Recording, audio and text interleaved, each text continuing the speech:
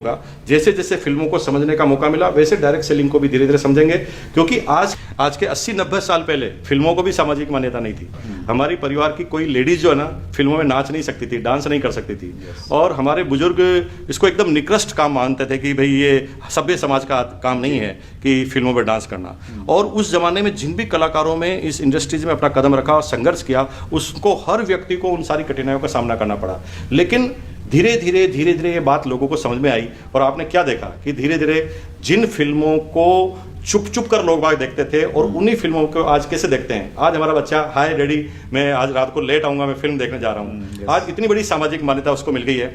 एक समय कोई भी बाप ये नहीं चाहता था कि मेरी जो बेटी है फिल्मों में डांस करे, और आज हर बाप चाहता है कि मेरी बेटी ऐश्वर्या राय बने। तो एक प्रोसेस है, समय लगेगा।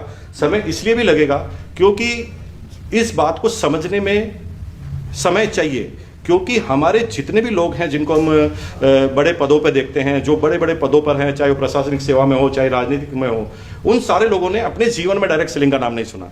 तो अगर उनसे हम आशा रखते हैं कि वो सीधा एक ही बार में समझ जाएंगे, ऐसा नहीं होगा। जैसे जैसे फिल्मों को समझने का मौका मिला वैसे डायरेक्ट सेलिंग को भी धीरे धीरे समझेंगे, क्योंकि आज की तारीख में किसी भी कंट्री के पास हर बेरोजगार व्यक्ति को नौकरी देने का और या इसको इतना बिजनेस के प्रति कैपेबल बनाने का समय नहीं है। आज की तारीख में डायरेक्ट सेलिंग एक ऐसी इंडस्ट्री है जिसमें ईच एंड एवरी आदमी को पूरी अपॉर्चुनिटी है और इंडिपेंडेंट वो बिजनेस कर सकता है। तो थोड़ा समय लगेगा, लेकिन मुझे 100% लगता है कि समय के साथ जैसे फिल्मों की परिस्थितियां बदली है उस तरह डायरेक्ट सेलिंग की बदलेगी। जज भी समझेंगे, पुलिस वाले भी समझेंगे। आने वाले समय में आप देखेंगे कि इस फील्ड का नाम नंबर 1 पर होगा। ऐसा तक भी मैं तो कई बार अपने विजन की बात करता हूँ। मैं जब अपनी डायरेक्ट सेलिंग में जिस कंपनी में काम करता था उसमें भी अपने विजन के बारे में बात करता था कि भाई तुम लगे रहो, ये कोई एक प्रोडक्ट का बिजनेस नहीं है। एक दिन ऐसा भी होगा कि तुम आसाम में तुम्हारी डाउनलाइन जो है वो भगवान के सामने बोलेगी ओम जय जगदीश हरे, तो तुम्हारे घर में आएंगे हरे हरे। तो मैं विजन की बात करता हूँ, और मैं विजन की बात करते हुए कहता हूँ आपको कि अभी आपको और हमें लगता है कि भाई डायरेक्ट सेलिंग जो इंडस्ट्री जैसी है। मुझे इसी तरह पता है कि 1,75,000 की कार लेनी थी मुझे, मारुति 800 पहली, तो मुझे लोन नहीं दिया गया। क्यों नहीं दिया गया? कि उन्होंने कहा कि भाई आपकी जो इनकम है ना वो परमानेंट सोर्स से नहीं है, डायरेक्ट सेलिंग एक स्कीम है वॉट एवर। क्योंकि उनकी गलती नहीं थी, उन्होंने जो अपने जीवन में समझा था, जितना उनका नॉलेज था उसके बारे में उन्होंने मेरे को कहा और मुझे लोन नहीं दिया था। लेकिन आज स्थिति बिल्कुल अलग है। आज मेरे पास बड़ा कारोबार है, सब लोग देखते हैं। लेकिन जैसे मेरे पास है वैसे जब हिंदुस्तान में कई लोग बढ़ेंगे, जब इनकी संख्या बढ़ेगी, तो धीरे धीरे समाज को, लोगों को समझ में आएगा।